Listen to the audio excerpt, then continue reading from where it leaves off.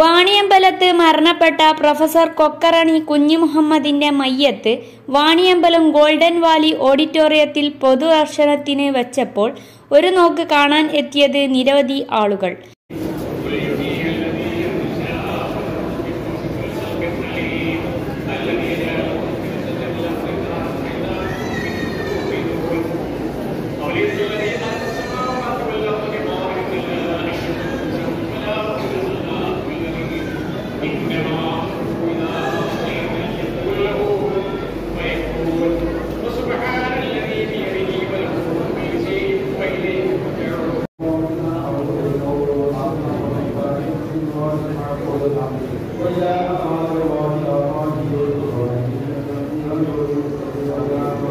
മത, സാമൂഹിക, രാഷ്ട്രീയ രംഗത്തെ പ്രമുഖരും സ്ത്രീകളും അടക്കം എത്തിയിരുന്നു.